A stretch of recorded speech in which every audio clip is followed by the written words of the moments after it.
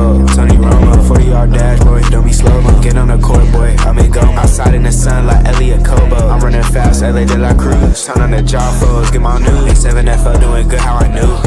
All pro, JAFFO, the all pro. Just talk sports, they speak facts. You talk smack, you get sacked. Come tune in, sit in chat. Sport you like, they speak all that.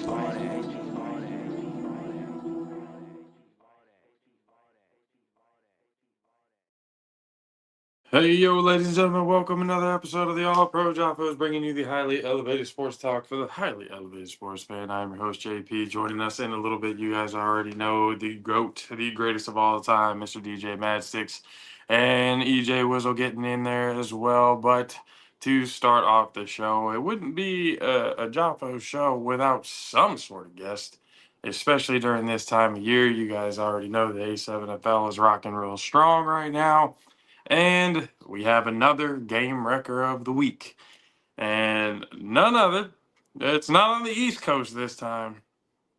It's a man out of the West, the Las Vegas Insomniacs, of course, because right now there's not really a whole lot more than Insomniacs domination going on. And the man that we are bringing out is one very big part of that nation. Ladies and gentlemen, please welcome to the show, Mr. Shannon Primetime. Alan, how are you, sir?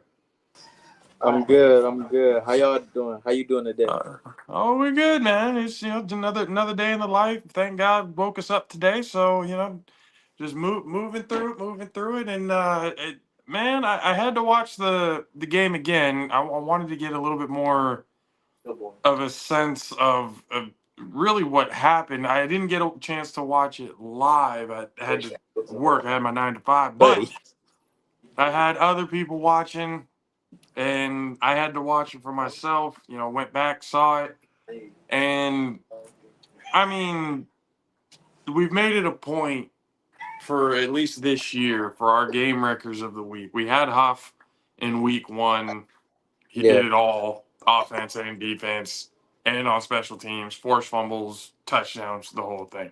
We had Sterry on the next week because pretty much the same thing, doing it both sides of the ball. He's been Iron Man quarterback this whole time. And then I go and look at the film this week, and we had somebody in mind. But then when I looked at the film, I'm like, okay, yeah, it's kind of hard to deny what it is that we were seeing on Sunday. But how are you feeling? How is things going at home? How things going with the team? What's going on in the life of Primetime? My life is going good right now. I'm healthy. That's the best part of everything. Healthy and you're doing good. You can play a full Sundays worth of football, and then Monday wake up and be healthy. That's the best part right there. The team. The team is healthy. Everybody together. Ain't no arguing. Ain't no bickering. Ain't no fighting. It's all family. That's the best part right there. I mean, it's not really a team. I mean, you're going to have real family dynamic teams. I mean, you're going to have, a little bit back and forth, but that's just what families do. But obviously, it definitely seems like revenge tour time for the Insomniacs, especially how it all kind of ended last year. The talks of the early retirements from a lot of players if the three-peat happened, and going to play softball instead. Obviously, those plans got halted because the the IC showed up. No more. Yeah.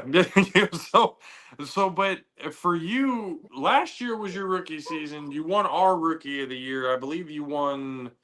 I don't know if it was defensive rookie of the year or if it was offensive rookie of the year for the A7 itself. Yeah. But for us, we all, especially players who just got in last year and just got in this year.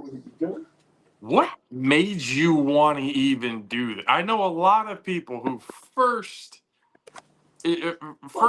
visual and point of view of the A7, it's like, hold on, tackle football without pads? These motherfuckers are crazy. Like, what is going on with this? So you got to be a little crazy to play football to begin with. But what made you, or what attracted you to the league to where you were like, you know what, I need to be a part of this?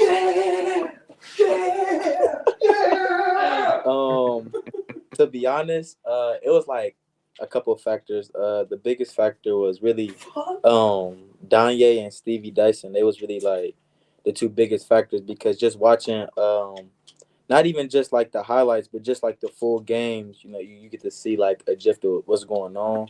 And it really looked like backyard football, more so like you growing up throwing the ball off to like three people running back, you know what I'm saying? See if they can tackle you, see if they can touch you. It's more so with that.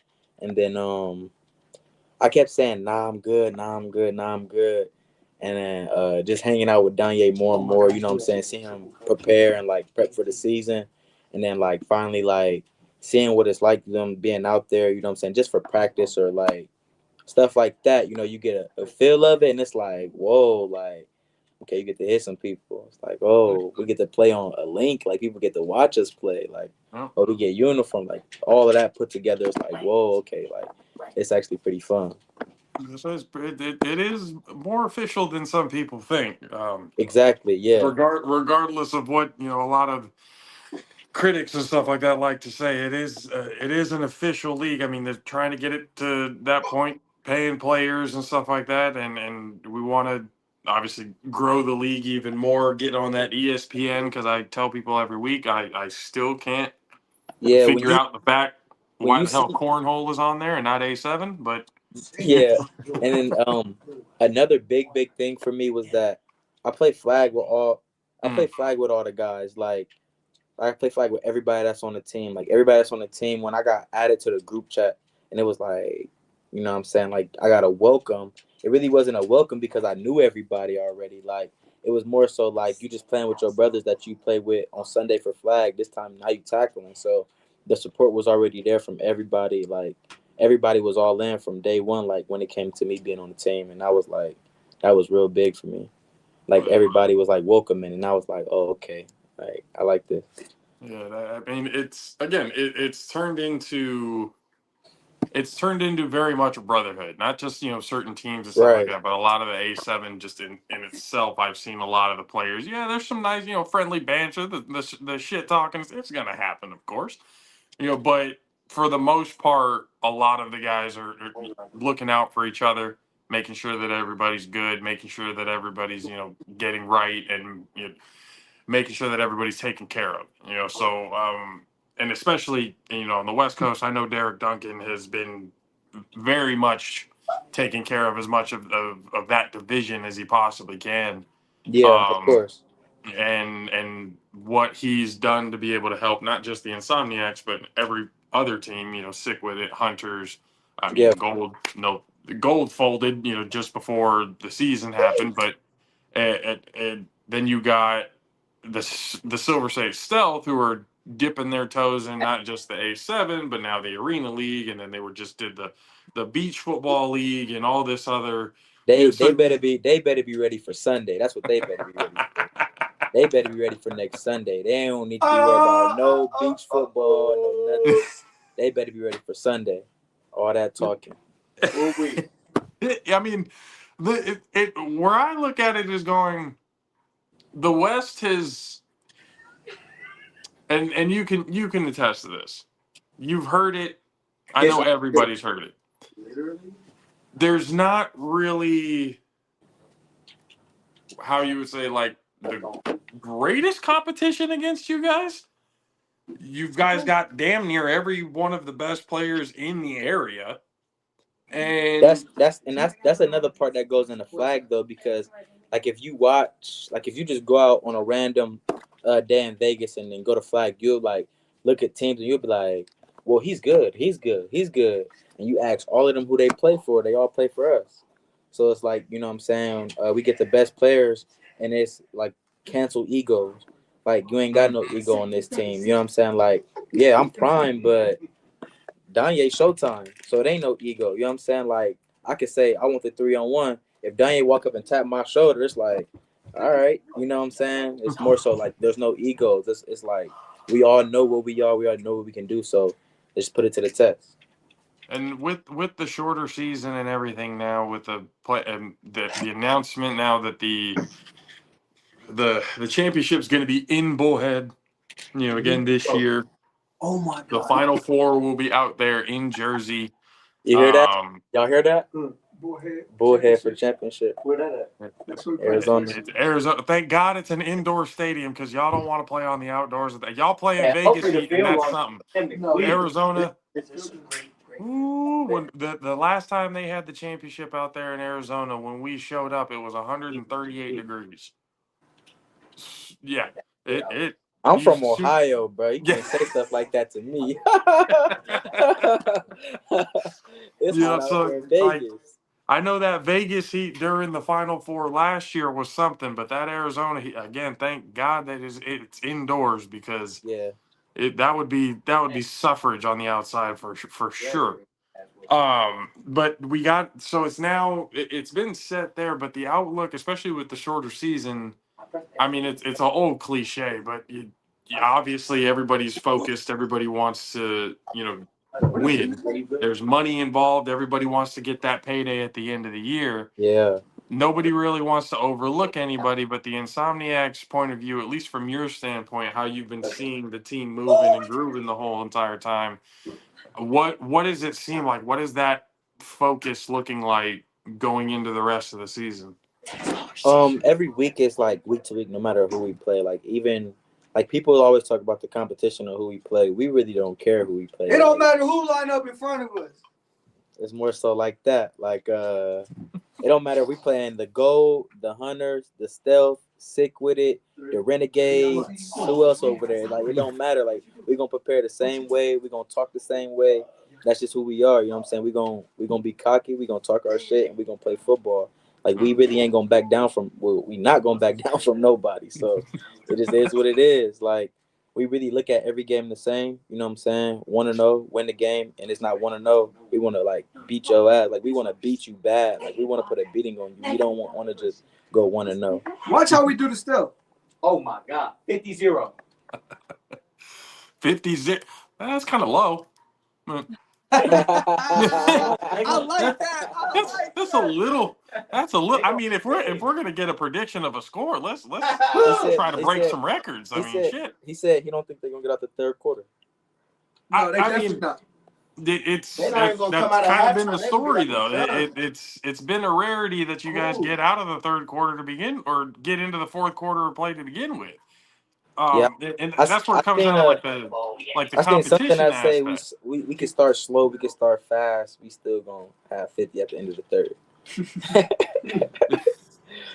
We ended the game. I feel like we ended the first quarter with 6 on Sunday, and still had 57, something like 52. That. 52. Yeah, I mean, starting off slow, there's certain teams, certain things that you can start slow, start fast, or whatever. There's certain game plans and stuff like that. But like as a whole, because again, the East talks about the lack of competition and everything, and I'm talking about like I want to talk about the division as a whole for a second. Obviously, Insomniacs, we know what the mindset, we know what the logic, going into that is. Right. But when you're looking at the entire division, and we're here again, you hear the lack of competition. It's easy. It's this. It's that. What do you think the West Coast division itself could do to not just have one powerhouse, but have multiple powerhouses to make it more competitive? Honestly, I feel like the way that Sick With It dominates those two teams, and then the way we dominate Sick With It, it just looked like those other two teams are like just not good at all. Like they don't got nothing going. They don't got no good players. But if you really look at the East Coast, because I watch the East Coast games, some of them teams don't be looking good. Some of them teams don't even score. And it's like, yeah, we can talk about the Hunters. We can talk about, you know what I'm saying, the Gold, but they playing us 2 times a year. You know what I'm saying? Like, if we go play some of them same teams at the East playing, like, the teams that's at the bottom of the East don't get talked about. We only talk about the U. We only talk about BIC. We only talk about them teams. What about the team that's at the bottom? Why don't we talk about how they not that good? We only talk about the Hunters. We only talk about the Gold. Why don't we bring up some of them teams that's not doing so good in the East? The reason why is because the bottom. You know what we do to the heathens? The ones that would be considered, I guess, to some degree, would be the low tier. I wouldn't consider the Animals a low tier team. I wouldn't consider them a low And tier look, team okay, at all. so this, I'm not trying to be funny when I say this, but we consider the Animals a decent team, right? Mhm. What did we do to the Animals when they came over here? They also didn't have a full squad when they came over here. That's true. That's true. Who are they missing? They one receiver? Manny That Hughes. left Nah, more than that. They were missing a whole hell of a lot He more was than fucking that. strapped anyway. By who? Don- Danye. I mean, it would have regardless of how it would have happened. Obviously, that the arguments are still the same. The Animals didn't show up with everybody. Hell, the BIC didn't show up with Whose everybody. fault is that? Right, In right. that for, BIC and it's definitely didn't show with not nobody. putting blame or fault on anybody else, but it's just I mean, they came with what 13, 12 players, Mm-hmm. and Against who? again, Sick. The Reigning? Nah, sick. We know, but against who? No, he talking about BIC. BIC against City. Scared? I mean, the Animals showed up with I believe less than 20 players, if I counted correctly. Yeah, they was slim. So it was one of those that it's just kind of like PPP. if we're PPP. and I'm being realistic. If we're having full squads, all sides of the ball, Insomniacs got full squad, Animals got full squad. Whether win or not, the game would have looked better. It would have been because I don't think the amount of players that showed up and how the game went was a very decent representation of what the Animals actually are. I really do think that they are a really top tier, good team. They've gotten better over the years compared to what they once were 3-4 years ago. Yeah, what they are now is a whole hell of a lot better. But that's what they say when the competition aspect. When you look at the East Coast every single week, there's not really that many guaranteed wins. But then they look at you guys in the West, and it's almost a guarantee every single time. So that's why the question is always asking, how do we get the West Coast division stronger as a whole? Is it recruiting? Is it the fact that basically putting the word out there for more players to come in? I think it's more so recruiting, and I think it's more so you want to be people gonna want to have to play with you. Like people gonna want to have to play with you. It's what you put out because people want to play with us. You know what I'm saying? People ask to play with us. People like you can see it in their eyes. You know what I'm saying? They want to play with us. It's like What happens if he overly like me real like how BIC get all new, like they get new players sometimes. You know what I'm saying? People want to play with BIC over there, so like they flip with the U a lot. There's a lot of players on the U that played with the BIC and vice versa and everything else like that. Hell, Huff played with the Animals 3 years ago in his MVP season. So and you see how nobody bring that up from this side, right? But if we got 3 assiquated best players, bro, it'd be all hell. Like everybody would be like, oh, Insomniacs this, Insomniacs that, but nobody say nothing about how they be over there just. Oh, you was on their team? You was the best one? Oh, slide. Hey. We don't do that. Hey, that's why they. I mean, I don't even have confirmation that they do that, but when you got people who wants to show up and play, it's the same thing. When you want to play for the BIC, when you want to play for the U. Yeah, it's more so like, do you want to play for the BIC or do BIC need you? Because why you keep bringing them boys that's not on your team? Showed up 35 deep. Why? What's up with that? I wouldn't think that would matter anyway because from every and I'm going to say this to the DMV. I don't know if that's Danye in the background talking his shit. They need help.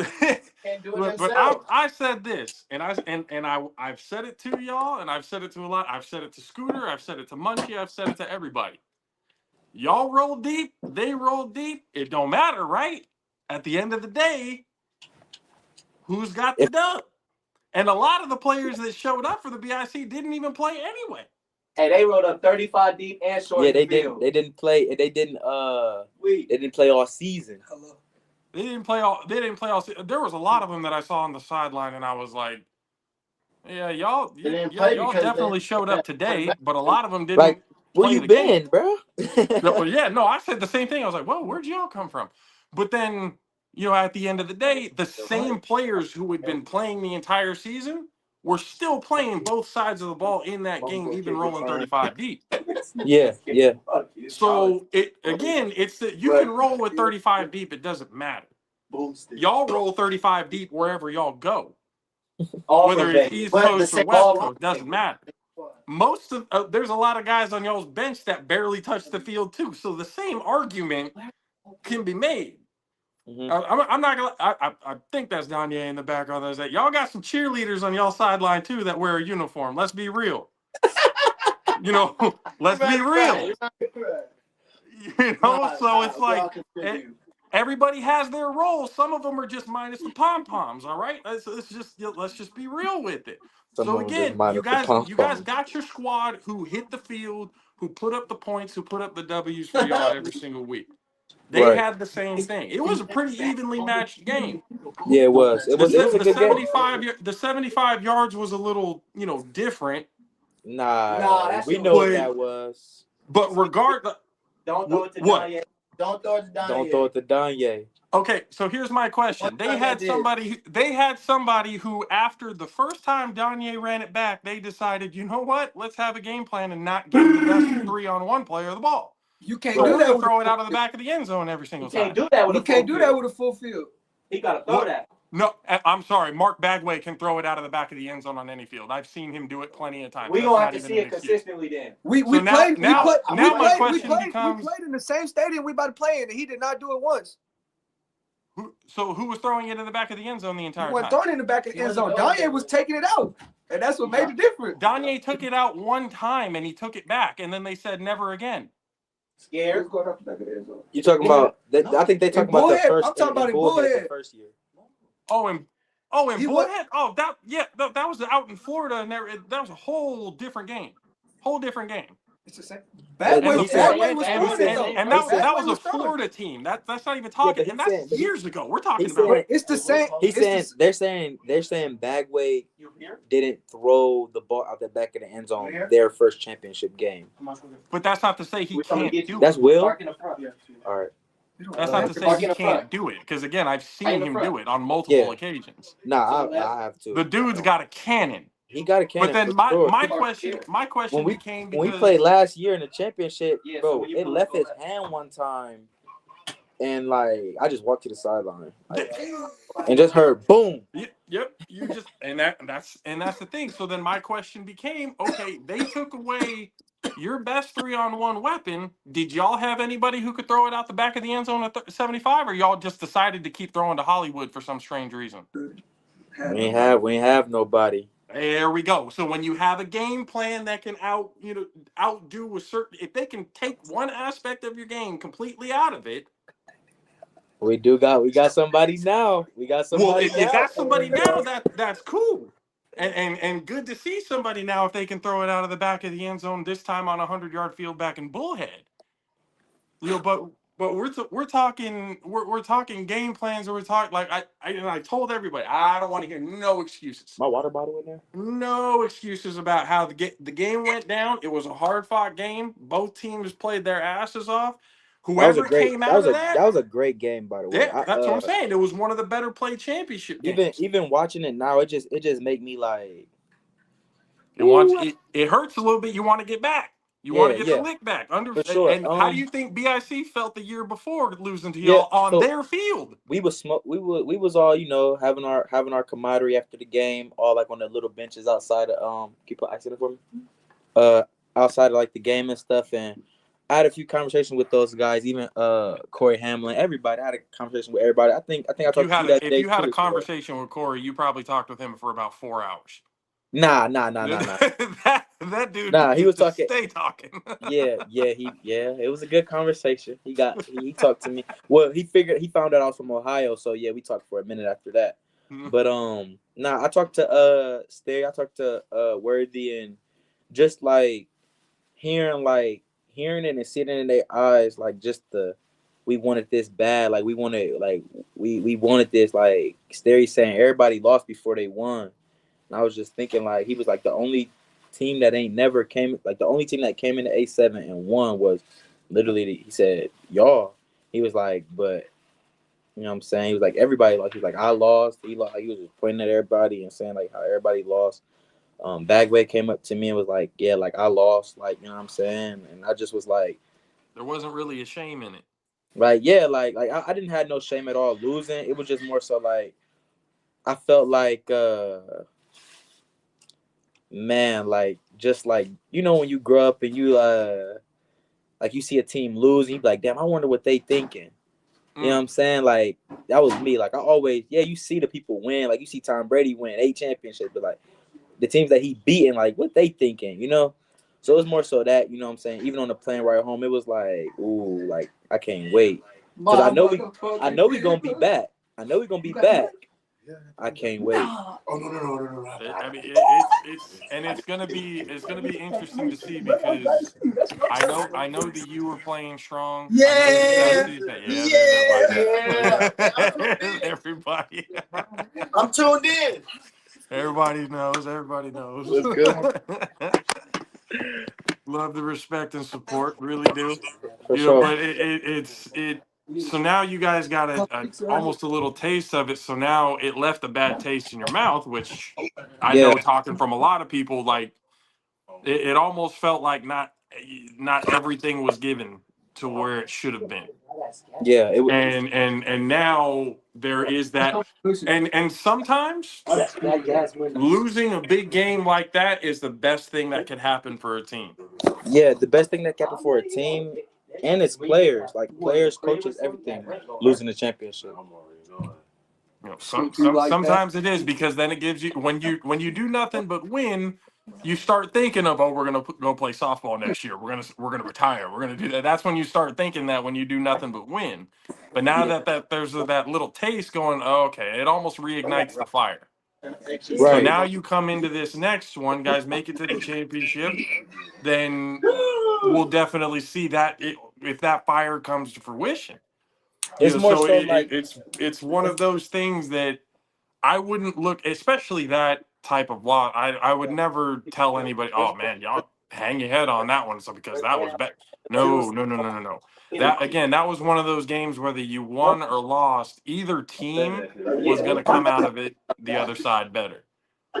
So I think you guys taking that loss, it sucked, but now there's a new focus, there's a new fire, there's a different push to get to the right spot. I think losing it was like if we won, I feel like everything that they said would have came true. Like them boys would have retired, rightfully so. Coming into the league, winning 3 straight, comeback fashion, dominant fashion, undefeated seasons. You know what I'm saying? Just the way that they came and dominated. I feel like if they would have left, they would rightfully so. You know what I'm saying? I couldn't have been doing nothing but just been the rookie that got on and got off. But the fact that what I'm saying, we did lose, it's like talking to Munch like this off season, talking to Chris McWilliams, talking to Davik, Danye, Scoop, you know what I'm saying, like talking to the vets, Swank, like you know what I'm saying, talking to them vets like that was there since the first championship. How could you not come back? Forget coming back. How could you not train every day to get back to that moment? Like it got to the point where like we don't care where we play.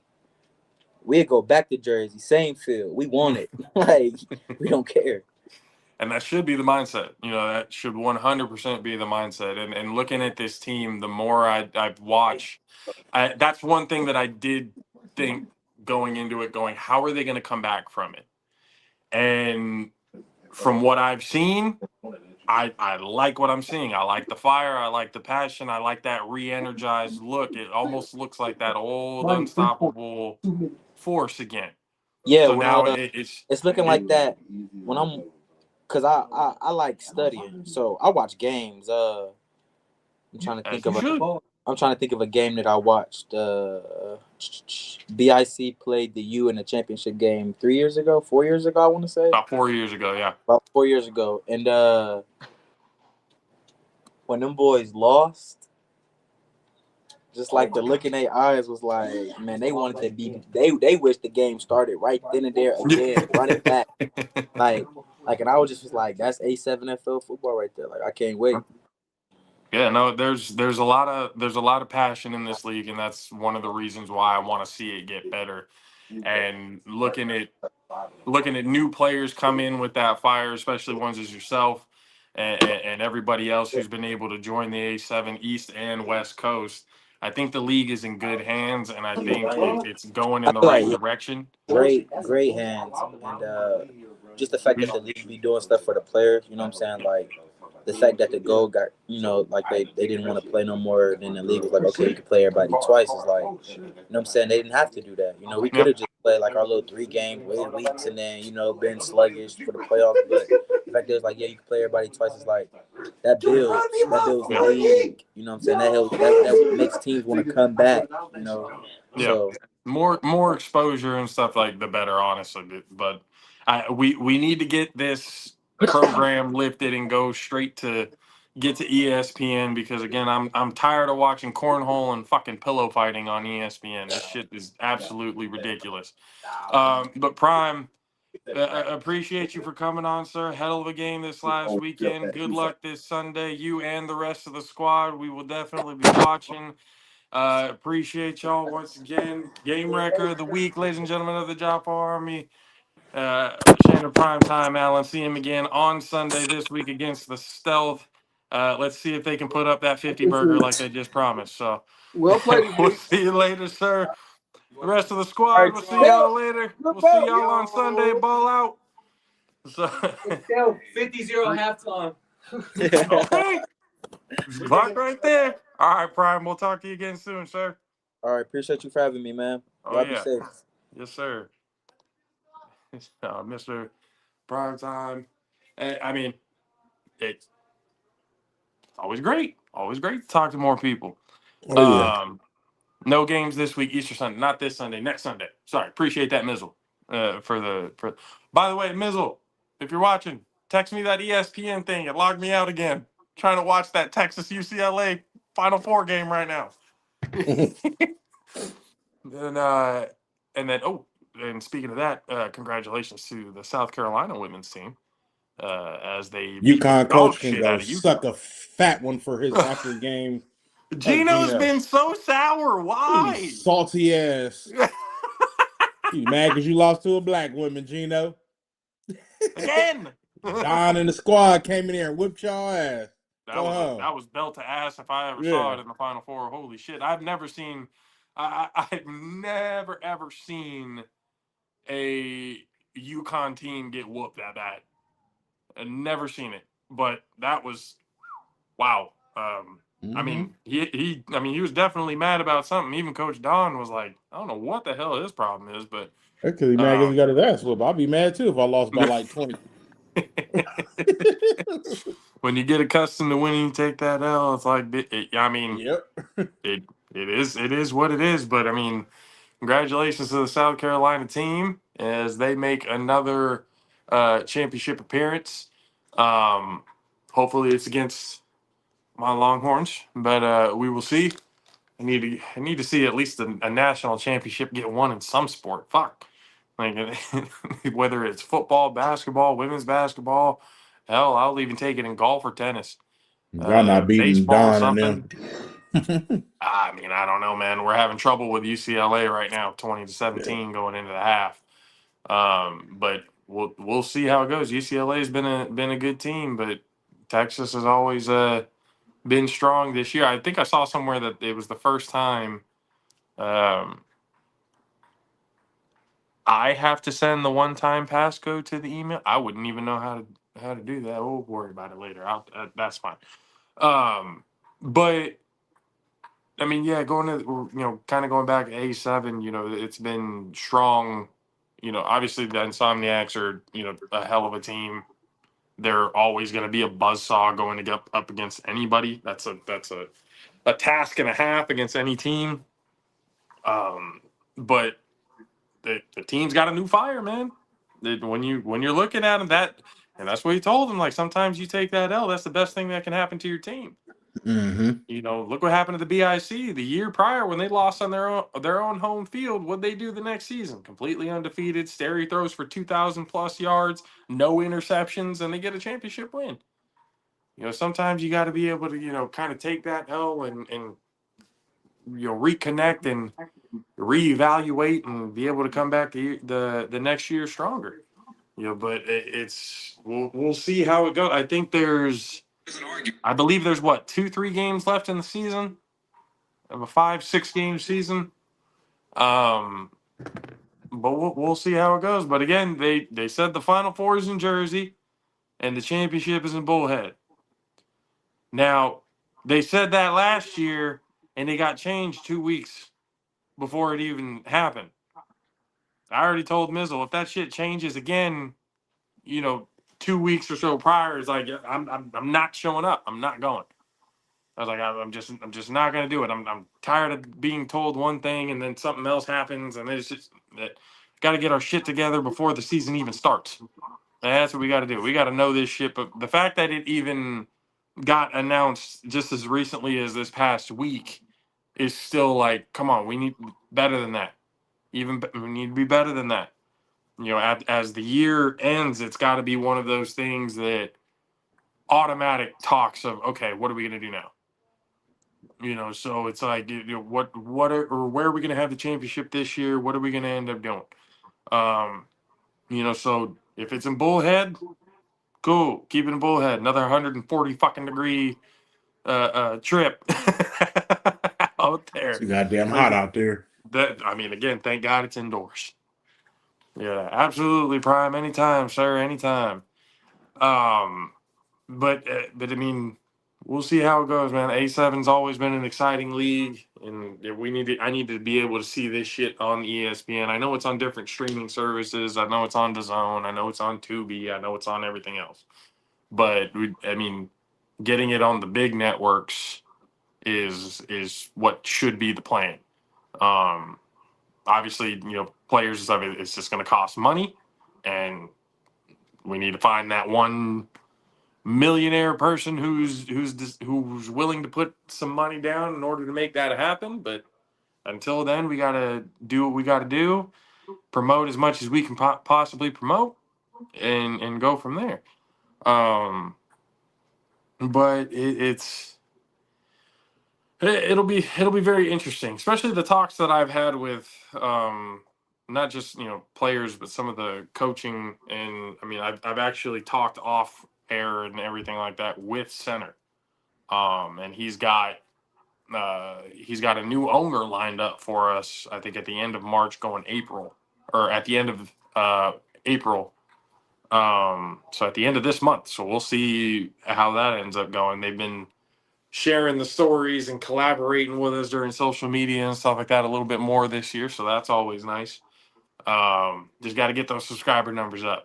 So Prime, everybody you're sitting with over there, go JAFFOs TV, hit that YouTube, subscribe, share it out, let the rest of the team subscribe.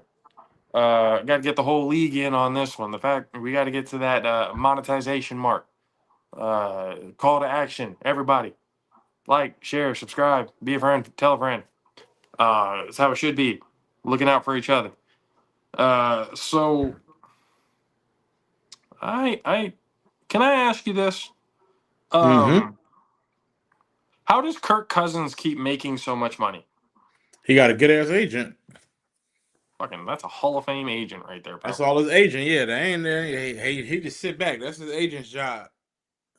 Like, that man has made more career earnings than any other quarterback. Shut. I need his agent to negotiate my raise when it come up. Just come.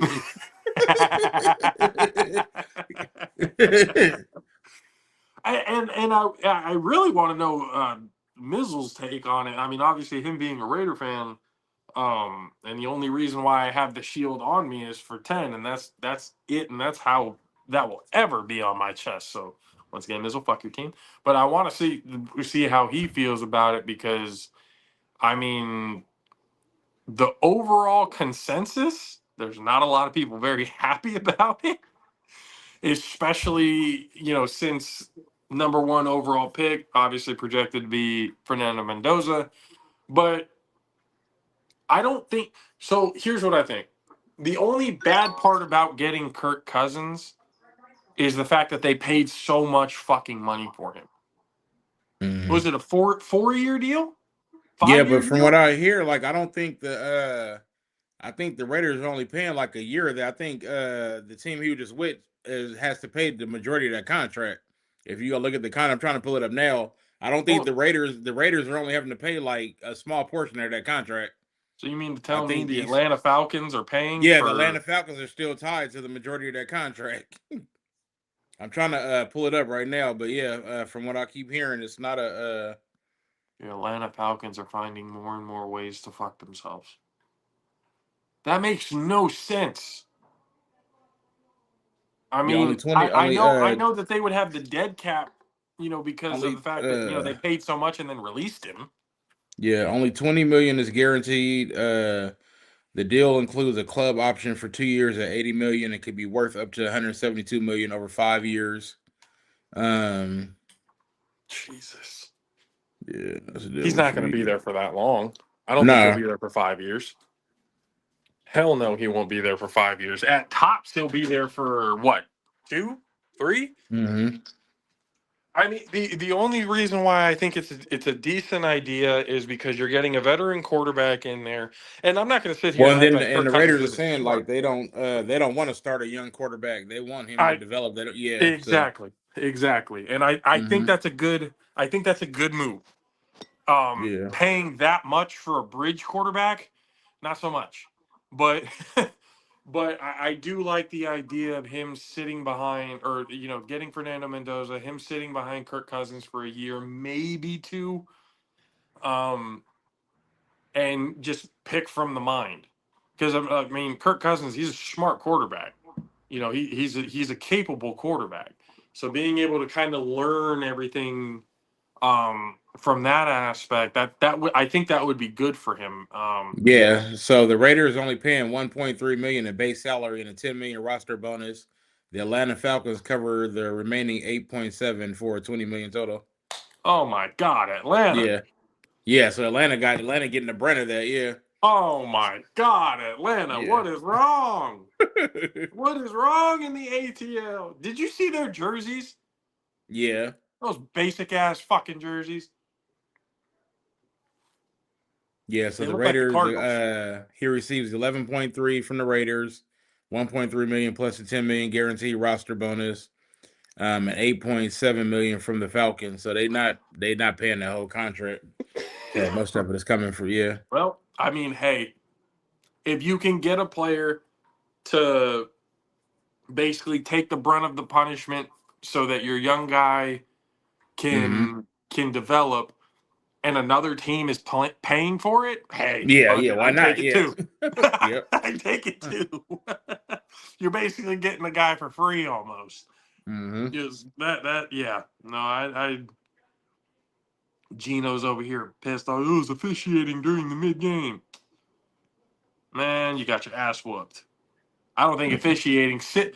Okay, he said there were 6 calls that shouldn't have been made. You think those 6 calls would have helped you get That's still from that only ass about whooping? 12 points at 2 points, 2 points a call. You still 62 to lost. 48. You think those Yeah. 6 calls would have made a difference? Come on, Gino. Come on, Gino. What you need to be doing is yelling at your own team. Yeah, but I'm like, he getting mad at her. She ain't the coach. She ain't the ref. It's like, well, what was she gonna do about it? I mean, she's just coaching the team. Yeah. Yeah, so I mean, hey, again, Gino, he's got to figure it out, because he's probably so upset that he hasn't really made a national championship and almost, god damn. Well, I mean, he made it last year with Paige, but years prior to that, I mean, Don had been. Mm-hmm. I mean, South Carolina and LSU have been the real powerhouses in women's basketball Mm-hmm. these last 5 years or so. UConn just got. I mean, they had and I've told people they've had an absolute killer in the wake in Paige Buchers. Beckers. It looks like it's spelled Buchers to me, but if they call it Beckers, then it's Beckers. But she's an absolute assassin, and I don't think there was really any denying her last season when they won the national championship. And they went through a gauntlet to get there too. Mm-hmm. Um, so I mean, kudos to them. But again, it's like, what do you gain by showing your ass Yeah, like that? nothing. It's just so now. I think because of that outburst, do you think UConn's really going to make that push for your girl from Iowa State? I hope I keep so. forgetting her name. Audie Cooks. Yeah. Yeah, See, I'm glad you're talking about that. That was a great transition into the next segment because I got a bitch assness award for all the comments she's been getting on social media, fat shaming her and doing all this. Y'all a whole bunch of bitches that's been doing that. Like half of y'all wish y'all can play as good as she can play, and y'all just sitting there just talking all kind of shit, talking about she need to lose weight and I'm like going through the college, so just shaming her for no she's reason. almost a triple double machine, and you guys are Yeah. bitching and moaning. Yeah, it's just Jokic, you're looking at Jokic in the NBA. He's a fucking slob compared to the rest of them, and he's still Yeah. outplaying everybody. That shit don't matter. If you can ball, you can ball. Ball don't lie. And she's out there balling. Now I'm actually surprised she didn't go into the transfer portal this past year because Mm-hmm. I mean she has all the skills in the world, but that's like what happened with Caitlin Clark. Yeah. All the talent in the world, but you weren't really going to go anywhere with that Iowa team.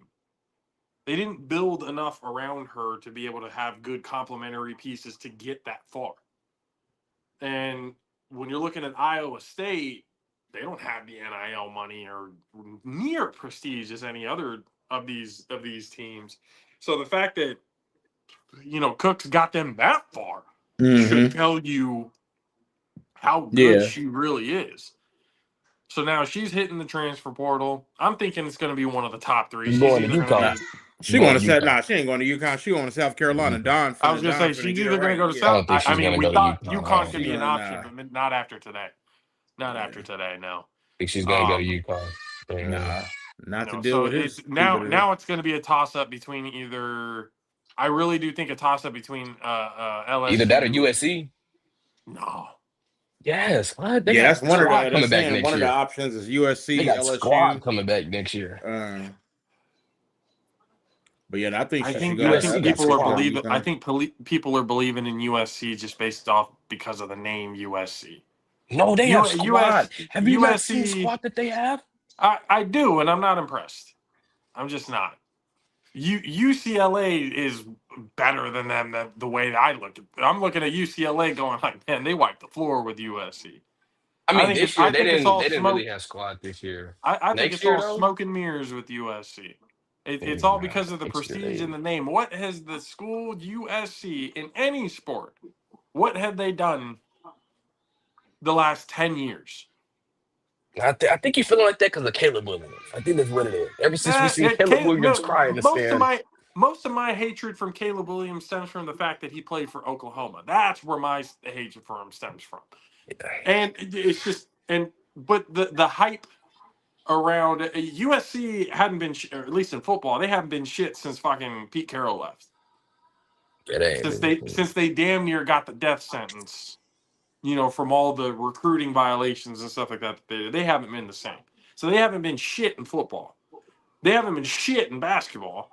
They haven't been shit in baseball. What has USC done the last 10 years? Not a damn thing. They just recruited good though. I'm not gonna lie. They Hey, you scrums. can have all the recruiting you want. Like I've told They people women's this before. squad. Sometimes it's organizational problems. Sometimes it's school problems that get in the way of the talent. And I think that's what's been happening with USC. There's a lot of Stop. this pride in the name of USC. Yeah, y'all used to I be got Samara juggernauts. Hall. Jesus. Y'all used to be juggernauts, not no more. Not no more. So I mean, hey, if they get better, cool. I'll eat crow on that. But until then, USC Man. hasn't shown me jack shit these last 10 So, years in so some of anything. the comments on her post, like these Oh grown ass God. men talking about this girl. Somebody says she needs to join the Roar Omega Roar Scare team.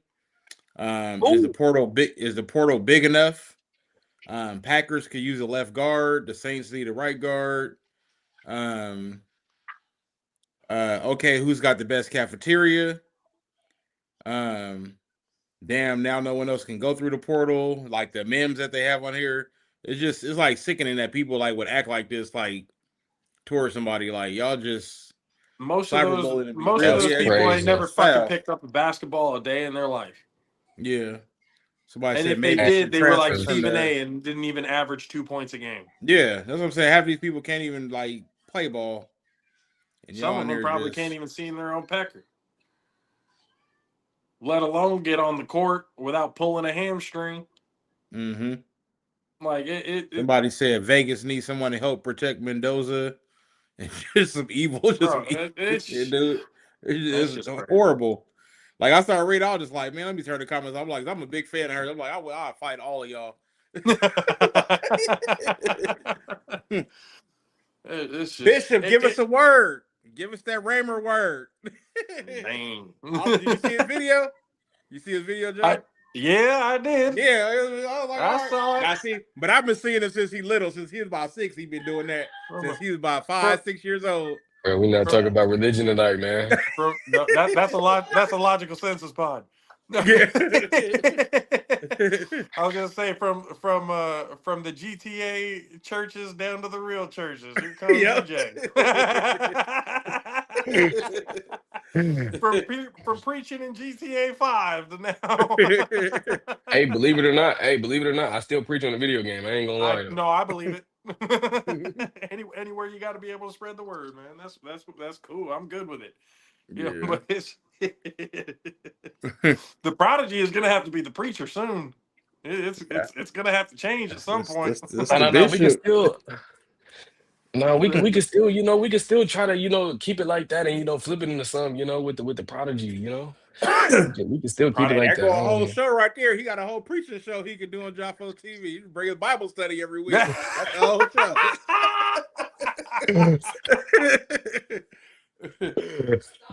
You'd have EJ preaching on the channel, and then the next show is Logical Census, us tearing shit apart and being dickheads. Like, oh yeah, that's gonna work. Yeah, oh yeah, that'll work out great.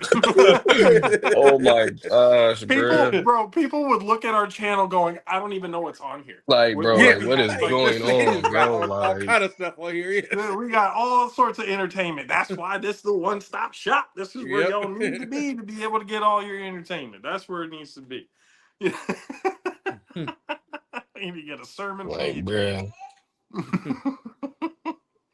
I can teach a word, man. Feel good to be back in there, though, man. Good to be back. Yeah, man. Anywhere you can find your peace, bro. Anywhere you can find your peace, for sure. Wow, man. Absolutely. Been a good while. Mm-hmm. I mean, Wow. in a physical church, sure, but you've been spreading the word out in the, in the virtual world for a while. So I mean, honestly, that's where I felt more like comfortable. Like it was some stuff that I, was going through and whatnot. So, I just had to take a back seat, doing it in a physical church. But like, I mean, that was honestly like my main thing to do when I got in the gaming community. It was, I guess to try to, do something positive and show people got or whatever. But then, I got caught up in, trying to do content and whatnot and being in that area. So, I was just going buck wild, man. But now, got my head down. Mm-hmm. do what we gotta do, man. Let him That's use you. Let him use you. Yeah.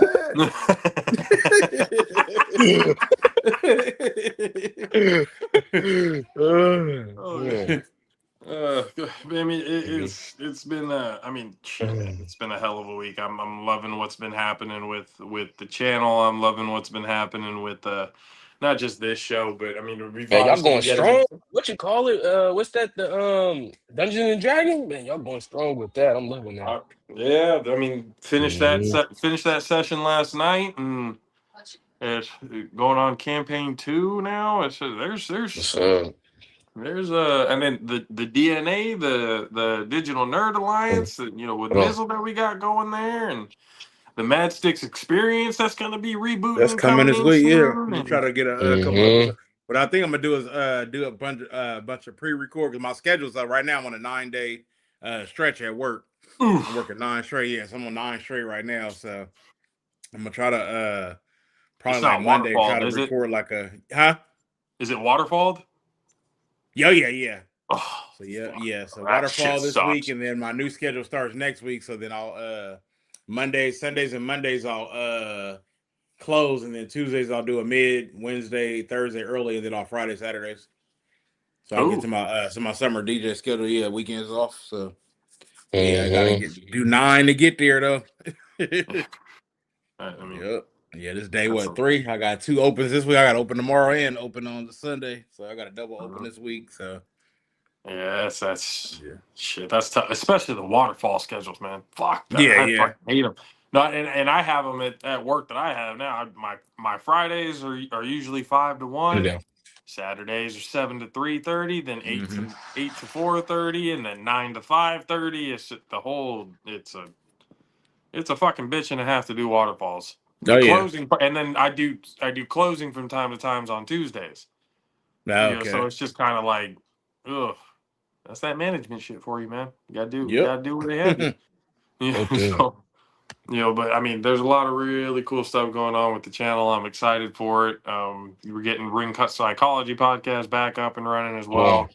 A lot of pro wrestling shit going on, especially in the midst of WrestleMania again coming up. Uh, we got content coming up real soon. I got to start looking at schedules and time wise so that we can be able to get down to Sac State and get some of the content Oh and yeah. everything like For that. Coach Zoe has coach, been yeah. he's waiting for us. He's waiting Yeah. for us to get down there. We got the schedule, so it's a matter of getting there. I know I want to get there for the spring game. I know that's on a Saturday, in about 3 weeks. Okay. So I hope to be able to get down there and get some of those exclusives that Coach Zoe was talking about. And then obviously once the season comes around, whoo, that's gonna be fun times. It's gonna be fun. Yeah, It, yeah. Mm-hmm. if I'm not mistaken, most of their games are gonna be midweek, right? I think I yeah, think that's how the MAC schedule I think a is. lot of They them are play in the mostly, I think, Wednesdays and Thursdays. For real? I think so. That's crazy. If I'm not, I could be completely wrong, but I remember Coach Zoe saying something about that, going, yeah, from playing to Fridays, Saturdays to now Wednesdays and Thursdays. Um, like I said, now I look could be. like most of them gonna be Saturdays. I have the whole schedule here. So August 29th, they got Eastern Michigan. Oh, Saturday. September 5th. Oh, okay. No, they're all Saturday. Yeah. Yeah, that's a Saturday. September 5th, they got Mississippi Valley State. September Jerry 12th, they Rice's got old stomping grounds. Fresno State. Saturday, September 19th, North Dakota State. Hey, we got to go to that The one. 26th, they got Massachusetts. October 10th, they got there at Bowling Green. 17th, Ohio here. The 24th, they got Ball State out there. And October that's a 30th, mean which is a game. Friday, they got Kent State. They got Toledo November 4th, which is a Wednesday. Central Michigan November 11th, which is a Wednesday. November 28th, they'll be in Hawaii. And then December 5th is the MAC championship. Yeah, that's Yeah. see. Okay, so the games that are And which is crazy, you know what I don't see on here? They ain't got the classic no more. the Yeah, this the Cosplay classic ain't on Classic, man. here. You know what? I Yeah. forgot to ask Coach Zoe about that. Going like, hey, what's gonna Yeah, happen with it's the not on here. Cosplay? Yeah, that's not a scheduled game on here. Damn, end of Yeah, an so I think era, with them right? moving, yeah, I think that classic is over, yeah. You Which know is what? I crazy. mean, I don't see that being a permanent thing. I mean, I think maybe this year because they're trying to get their feet wet in the conference. Yeah. That's what they were looking for, and they were still trying to get those outer conference games. Against Fresno State, they're mostly playing Mountain West teams for their non-conference games. It looks like Fresno State, North Dakota State, new Mountain West team, um, and Hawaii. The Sacramento State versus the Ball State game, that's going to be a fucking meme game. People are already calling it the ball sack Oh, yeah, game. the ball, sack ball, yeah. So that's going to be a very interesting. But I mean, there's a lot of opportunities to be able to go and catch a lot of. Again, the fact that Coach Zoe basically ended up in the backyard made it a whole hell of a lot easier for us to be Mm-hmm. able to get down there. And even if we're working that day, if it's a night game, being able to work in the morning, go catch the game at night, to whatever it may be. Hopefully the schedules and stuff like that will hold up throughout that time. But there's a lot of really good. I really want to go to the North Dakota State Sacramento State game. Yeah. I really want to go to that one. That one's going to be. I think that one's going to be a really good game. And then, I mean, if Hawaii was playing here, I would have liked to see that one. Mississippi Valley State, I feel, would be a good one. Jerry Rice's old stomping grounds. Maybe he Oh might make yeah. an appearance. I don't know. Hey, you never know. Yeah. Make an appearance for his school. It's right in the backyard now. Like, Mm-hmm. there's all sorts of possibilities. Being able to see MC Hammer again on the sideline because he supports Coach Zoe and damn near wherever Oh he yeah. goes. So yeah, man, there's going to be a lot of content coming from Sac State. I'm really excited for that. I want to see if just before the season we can get Coach Zoe back on again. Just to kind of talk a little bit more, give a little bit more hype and stuff for the season. But yeah, that's gonna be something. And people, I have to say this. I have to. We have no recruiting control for Sac State. Okay? But for the small We- fee, I'll put a word in for you. That's about all we can do is put a small word in, and that we are not. I can't tell you how many. Oh, you guys know Coach Zoe? Oh, could you be able to talk to him? We're not recruiters at Sac State. He is going to get who he believes is the best fit. Now, if we make a suggestion and he happens to go with it, cool. Great for us. We can be able to boast about that. Mm-hmm. But guys, I can't guarantee you not anything. I am not going to guarantee you that your son, yourself, or your nephew, like I can't guarantee none of that for anybody. We don't have that Yeah. kind of pool. And see, if we had that kind of pool, we'd already have the 500 plus subscribers and monetized. Mm-hmm. Sitting in our own studio, not doing anything else but this channel instead of 9 to 5s after this. So if we had that kind of pool, trust me, y'all would know. But it's the only thing that we can do is, hey, coach, somebody contacted us. Don't know if you've already seen it or got the film. Here it is. What you do with it, Coach Zoe, he can maybe see it and throw it in the trash or delete it or whatever he is. That's his prerogative. He is going to look for who he believes is the best fit for the school. You can have all Yeah. the talent in the world, but if you don't got the personality, if you don't got what he has, that green line effect, Mm-hmm. if you don't have what he's looking for in a player, then there's nothing we could do for you. Talent can only Yeah. get you so far with him, honestly. He is very much like in the mentals of a lot of his players. He wants to see the mental aspect, like how can you do during the struggles, Mm-hmm. of the season. That's what he wants to know. You can be a 5-star recruit, but if the 3-star is doing better than you are, guess what Coach Zoe's going to do? He's going to put in the 3-star. Mm-hmm. Because stars don't matter to him. It's all about the mentals. Physical gifts are always great. What kid who isn't playing D1, D2, D3 doesn't have physical gifts? Yeah. You have to in order to play, to get to that level. But it's all in the mentals, and I think a lot of the kids nowadays are not realizing that. And you have and I blame it a lot on the coaches and parents, because you got people just blowing smoke up these kids' ass like they've earned nothing, and yet they think they're everything. And then when they finally hit some adversity, transfer portal. I'm out. I want to go somewhere else where they're winning. I want to go somewhere else where I'm playing. Instead of trying to compete to get better to earn your spot, I'm just going to hit the transfer portal. You got motherfuckers who were in college for 8 years because they hit the transfer portal every goddamn year, or redshirted another year. It's just like, bro, it's like, how good do you really think you are to where you felt you had to spend 8 years in college football. Mm-hmm. And you're out here thinking that you're thinking you're hot shit because you're a 28-year-old beating up on 18, 19, 20-year-olds. Like, come on, man. Like, get your ego out of it. I'm seeing way too many players that they're afraid to compete nowadays.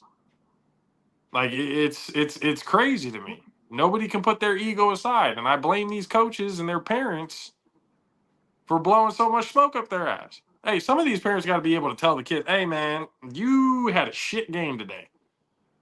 That was bad. You need to practice some more. Matter of fact, when we get home, let's go run some drills. You got to get Mm-hmm. some extra practice in. Tell your coach I need more time on the jugs machine. I need more time running routes. I need to improve my game after the fact of practice. But you have all these coaches that, put you up on a pedestal thinking you're God's gift to the world, Mm-hmm. and then you get some adversity and it's crying. Oh, I don't want to play here anymore. Oh, talking bad about their team. Oh, I'm decommitted. Oh, I'm this. It's like, bro, you think teams in the pros want to deal with that? Like you really got to ask yourself that question. Are teams in the NFL willing to put up with my bullshit on a possibility, not even a guarantee? Mm-hmm. It's the not for long league for a reason. You know how many players who've been first round picks are not in the league 3 years later? 2 years later, like 3 years later, whether it's injury or others? How many, it's just, you, kids, y'all really got to understand that. You guys really got to understand that it has a lot to do with the mentals. Your mental Mm-hmm. fortitude is going to get you further than your talent. I can promise you that. Talent is always great, but it's always going to come down to the mentals at the end of the game. What are coaches willing to put up with? Not a whole hell of a lot, honestly. If you're going to be a cancer to the locker room because you think you're the best player on the team when you're clearly not, yeah, they're going to cut your ass. And those are all the guys that play semi-pro and stuff nowadays going like, oh, the coaches had it out for me. Nah, bro. Your ego was shit. Your ego got in the way. That's Mm-hmm. why you weren't playing at the next level. That's why you can barely get a tryout for some of these semi-pro teams. That's why you can barely get a tryout for an arena league team. Because coaches don't want to deal with your shit. So you're, again, talent level, because people could look at you and go, oh, man, you're a great player. What happened? And if your first excuse is, I didn't have the right coaches. Coaches had it out for me. This, and that. It just wasn't the right situation. That tells me everything that I need to know that it wasn't your coaches that got in the way. Mm-hmm. It was you that got in the way. I've told people this plenty of times. When you can hold yourself accountable for your own shit, nobody can hold anything against you. Yeah, for real. Nobody can say shit to you when you have your own shit under control. So when you can do that, y'all will start to get the recognition you deserve. Y'all will start to get the looks that you deserve. Most of the coaches that you see nowadays, it's like, oh man, it's like, hey, he's a hell of a talented kid, but you know what?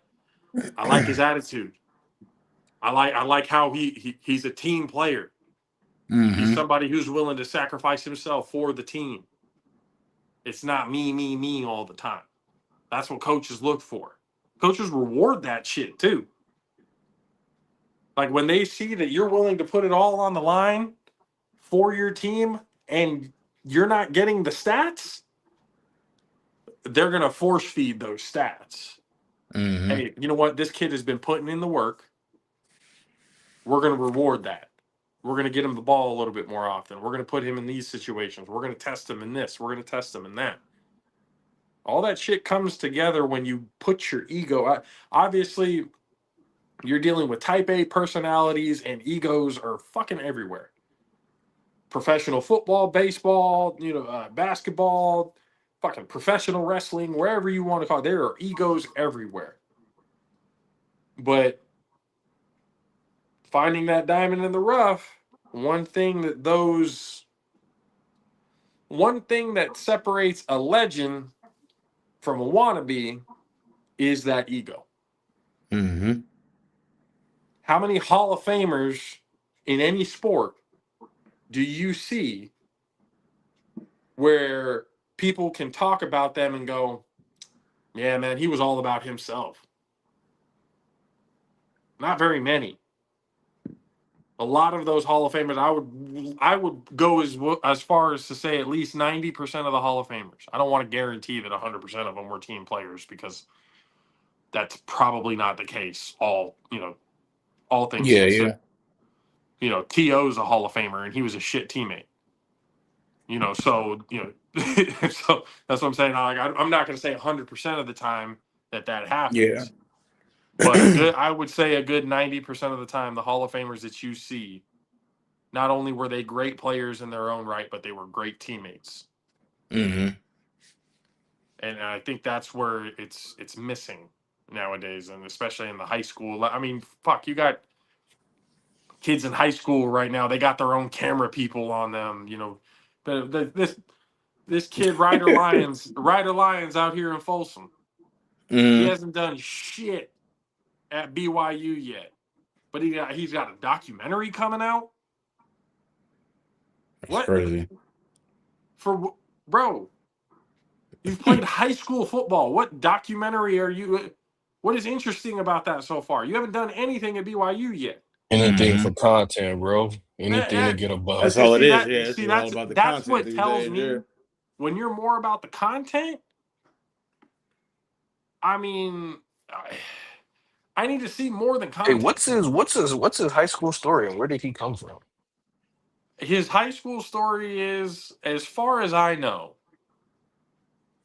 and this is pure speculation, but I'm literally only basing it off the research and the things that I have seen. He has been training with Steve Young and the NorCal Passing Academy. Steve Young, I believe, if I heard this correctly, Ryder Lyons is dating Steve Young's daughter. And that's the reason why he's going to BYU. You're Really? a five-star recruit, top 3 quarterbacks in the nation, and you chose BYU? Could have gone anywhere else, but you chose BYU? Yeah, that's that Steve Young influence right there. But BYU has a quarterback, Mastix. You and I saw him at Arizona. Yeah, yeah. That dude's legit. Mm-hmm. He's pretty good. So it's like you're gonna have to beat that out. Isn't he injured right now? Who, Ryder? Yeah, Oh, isn't he? he Didn't he? got whacked in the game before the championship game, before the state championship game. I think it was the game before the state championship game. He got hurt. Then his backup, who's a 3-star, came in and just started lighting it up. Won the state championship and everything for him. Mm-hmm. So it's kind of like, I look at it and I'm like, okay, he's a 5-star. Does he have talent? Sure. You went to Folsom. That's a powerhouse school. You're going to get looks from there anyway. His whole team, has basically D1 offers damn near everywhere at every position. So there wasn't a whole lot of adversity in his high school other than this injury that he's dealing with or was dealing with. That's really the only adversity that he had in high school. And so now he's committed to BYU. We'll see, what happens there.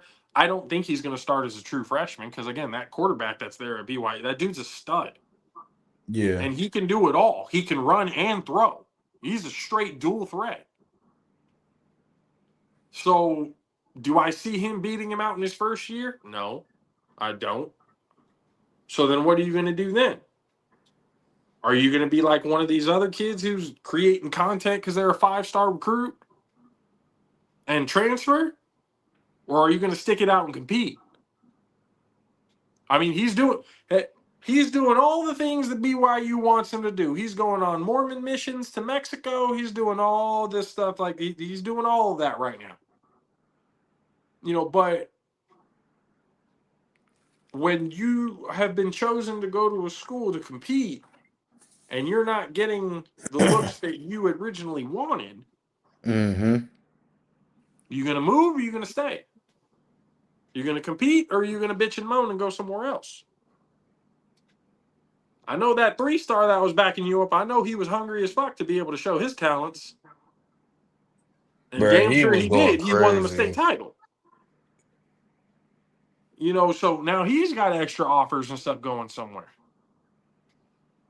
You know, so it's one of those things like I've always said the star machine the star system is one of the biggest fucking farces I've ever seen.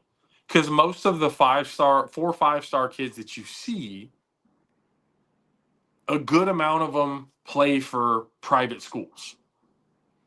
They got money to go to these camps. They got all this stuff to be able to go and do these, you know, high motor things.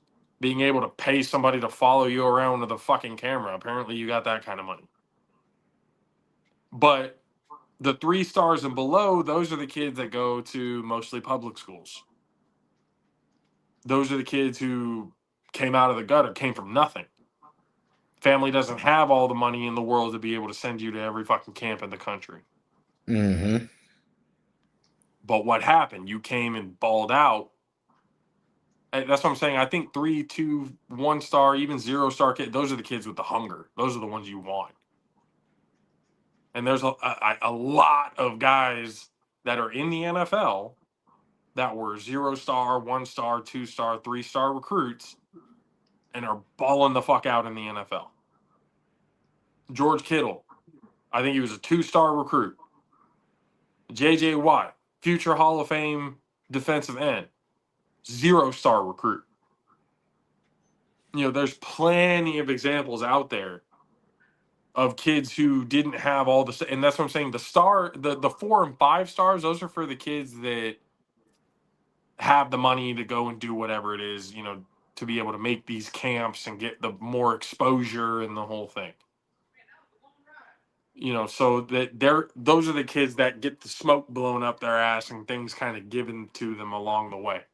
Mm-hmm. You know, I that's just, I mean, I couldn't, if anybody else wants to debate me on that and I'm wrong, there's plenty of 4 and 5 stars that came from nothing. And I agree, there are plenty of 4 and 5 stars that came from nothing, but the majority of them have paid their way into those stars. Yeah. A lot of these 4 or 5-star kids have talent that I've seen day in and day out at the D1 level. Day in and day out at the NFL level. Ain't nothing surprising. And most of it is based off of physical gift, intangibles. Nothing about the mentals. You know, so it's one of those things. I really think if they do away with the star system, you're going to get a Mm-hmm. real better looking idea of who the real ballers are. Yeah. Who the ones you really want on your team. That's when it's really going to start to show Mm-hmm. itself. It's like, okay, I got a kid that, you know, paid all this money to go to camps, goes to a private school, and I got this kid who's not, you know, he's a public school, had to grind his way throughout the entire time. Let me put them on the field and see what happens. Mm-hmm. And I'm gonna tell you, the kid who's been grinding will probably win that battle. Yeah. There's a good chance he's probably gonna win that battle. Maybe not 10 times out of 10, but the average will be good. Why? Because the ego is set aside. There's a humbleness to it almost. Yeah. You know, that when you've had to fight and scratch and claw your entire high school, you know, career, whatever it is, that's really going to show you, or at least me if I'm a coach looking at that, that's going to show me who really wants it. Mm-hmm. You know, we look at Grant High School. That's in the hood. How many good players have come out of that school? A lot.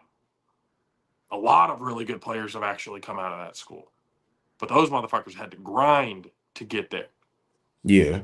Grant hasn't always been a powerhouse. They had to grind and struggle to get there. They really had to prove themselves in order for now they look at Grant going, okay, no, that's a good football school. But still, even then, as good of a football school as that is, most of the good players go to somewhere like Folsom or Inderkum or Jesuit. And I'm only really talking about kind of like the Sacramento area at that point. That's Yeah, where nah, yeah, none of the real good ones like really come out of Grant for real. Grant, they make the best out of their players, but it's also with the feeder programs too. Like, Yep. Yeah. Yep. I'm be honest with you. I think Folsom, I think they'd be paying their players. I'm just keep it. I'm just keep it. I'm just that be honest. illegal recruiting and shit. Yeah. Cause like I'm gonna be honest with you. Like, why are you like if you up there like that and you're known, why are you going to like a Folsom? Like, I what is it I think about the? I think Folsom has developed a name for themselves in a sense of they have a lot of financial backing in that school. They're not a Yeah. private school, but they do have a lot of the boosters and everything that they've had. What they've developed, Mm, because as far as I know, and I've only mhm. been a resident of the Sacramento area for about like 8-9 years. But as far as I know, Folsom hasn't always been like that either. Mm-mm. Nah, Folsom. Nah, I ain't gonna lie. Folsom, they been like that for No. a minute. And to be I honest, mean, Grant kind of been like that it's too been since a while, but we're not Shaq talking Thompson. about.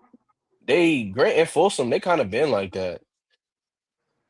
All right, well then I'll get Like educated on that because it's like been I like I don't maybe they'll skate by for like maybe like 2 years, they'll be bad, but then like they'll have like, you know, good years like right after that. So because I was gonna say Mm-hmm.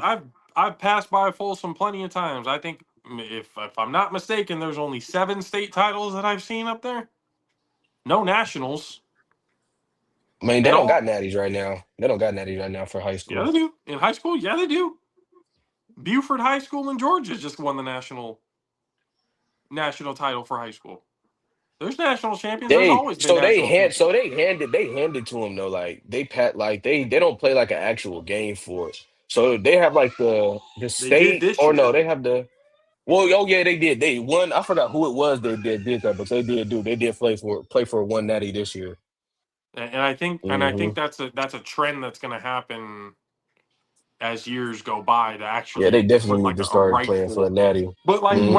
like I said, when I look at Folsom, I see seven state titles, Really, but for those real? are That's all in it? the recent years.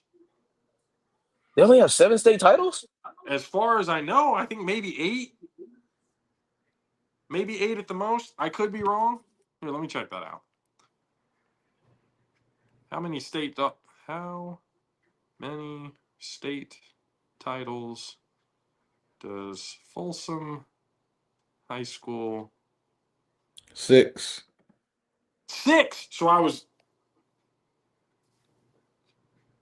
6 state titles. Yeah, 25, 23, 18, 17, 14, and 10. So again, all of them were recent. We're not talking about like 20 years ago that Folsom was anything. Folsom wasn't competing for state titles until that one coach got there. The one that ended up coaching at Stanford for a year before he was fucking around with that student. Like when he got to Stanford, like when he was coaching at Folsom, that's when they started winning. Their first title was in 2010, 2014, 2017. They went back to back for 2017 and 2018, 23, and then just recently in 25. So we're not talking Folsom High School being like they've been a juggernaut for 50 plus years. They're not like a De La Salle. That we're not talking about a school that has had that type of prestige for that long. It's literally only been 16 years that they've actually been worth a shit. And in those 16 years from when that coach was there and came in and everything, they've built something. They've got the boosters, they've got all the funding and stuff like that that they need, you know, the alternate jerseys, the whole, they're attractive. And it's not a private school, so now players don't have to pay to go to school. Yeah. All they got to do is either move in the area or just write on the paper that they live in the area. And boom, they go to Folsom. No, you know, no semester fee, no none of that. So it's easier to do that. Now, if they're doing illegal recruiting, I wouldn't doubt it. It wouldn't be the first high school that's done shit like that. You know, there's a long history of high schools who have done shit like that. You know, so it's just, we're not talking about Folsom being a powerhouse for a long period of time. That's a recent thing. Grant, same thing. Grant has only been recent. I don't even think they have 6 state titles. Nah, they only got 3. Yeah, you know, so, and one of them was just a few years ago. Mm-hmm. The other one prior to that was like 4 years ago, prior to that one. And the one Nah, before that was the like, first one was in 2008, and the next one was in 2022, and the other one was in 2024. so again, you know, we're talking schools that are good now, but we're not talking about a 30, 40-year history of dominance. You know, but as the Sacramento area compared to a lot of the other schools that are in the area, yeah, they've been dominant. Mm-hmm. But Sacramento hasn't always had that prestige. It's usually been Bay Area or SoCal teams that have been going in raising state titles and stuff. I mean, shit, De La Salle's been doing it for almost 50 years. You know, you got Mater Day out in SoCal doing it 50 plus years. St. John Bosco doing it 50 plus years. You For know, real? yeah, St. John Bosco's always been good. Long Beach Poly, they've always been like powerhouse teams. Now I'm just now hearing about Mater Day and St. John Bosco. I'm not gonna lie. Nah, Mater Day has been up there. At least like for SoCal football and everything for high school, they've been up there. I mean, out of all the schools in California, I think the most recognizable one is De La Salle, Yeah. SoCal and NorCal. You know, because De La Salle, would they had that, was it like a 5-6 year undefeated run? Yeah, I Some think shit so. like For that. De What La the Salle. story was Yeah. about, something like that. You know, almost 100 games in a row. Like that team was insane. Like nobody wanted to play that team. They were just that good.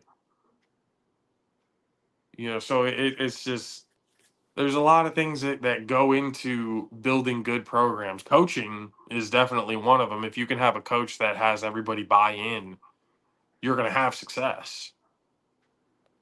You know, but then outside of that, it's just like any other, you know, D1 or NFL. If your organization sucks, if you don't have the coaching, if you don't have the boosters and all that to kind of help make the team into something greater, then Mm-hmm. you're always going to be bottom of the barrel. You know, there's not going to be very many state titles for you Mm-hmm. if you don't have good coaching and good minds to actually bring these kids together to buy in. You know, so it will. There's going to be. I mean, there's a lot of things coming up, especially for high school. There's a lot of stories coming out. You know, the Valley or at least Sacramento, Fresno, like the Valley areas are starting to kind of come up. Their teams are starting to get better. They're starting to compete more, you know, with those Bay Area and SoCal teams. How long they can keep that going remains to be seen. Um, but it's like there's always a starting point somewhere, and you know it's just a matter of getting to that point, getting to the right coaching, not blowing smoke up your fucking player's ass, you know, and actually coaching these kids. Yeah. Actually, and like Coach says, Yeah, we want to coach them to be great players, but we want them to be great young men. We want them to be great people outside of the school, productive members of society, because not everybody's going to make it to the NFL. But if not all of your players can make it to the NFL, at least you can make sure that all of your players will be respectful on the outside. People will they'll still be leaders in whatever it is that they do off the field. And that should be every coach's goal. That's one of the reasons why I respect Coach Zoe so much. He's one of those old school type coaches that, like, I'm not just gonna, this isn't just about football. This is about life. This is about making yourself a productive member of society off the field. So I mean, and that the fact that he's here now and coaches up or in Sacramento State in our backyard, that just and this is where he's wanted to be the whole time. This has been the goal for him. Mm-hmm. This is the school he's wanted to be in since he was coaching high school. He's been keeping an eye on this open spot, and like he said on the last time he was on, it's not the first time that he applied for the position either. Mm-hmm. There was a few times where they, said thank you, but no thank you to Coach Up. But now that he's in there now, he's been doing a lot for that program in the short time that he's been there so far. You can tell a lot of the players are bought in. You can tell the front office is happy with him. Now, obviously, the way businesses and stuff like that run, because D1 is now a business, especially with the NIL, you got to win games, as that's got to translate. But at the end of the day, do I think Coach Zoe's going to have a problem winning games? No, not at all. I don't think that's going to be a problem for him at all. And I really do think that he can really help the Sacramento State not just become a good school to compete, but he's going to be one of those coaches that every player that comes from his team is going to be remembered either on the field or off the field. Yeah. So it's coaching like that I think a lot of things are missing nowadays. But it is what it is. We've had what we've had to say. But appreciate everybody for hanging out with us on this Friday. Prime, we appreciate him coming on and talking a little bit of A7, a little bit of Insomniacs. He got a little bit of the squad with him while he was on the program with us. So we'll see everybody in about 2 weeks for the A7 to continue. Happy Easter for everybody. Hope everybody has a nice, safe weekend. Be with your families. Be at peace. Love each other. Love your neighbor. Your neighbor.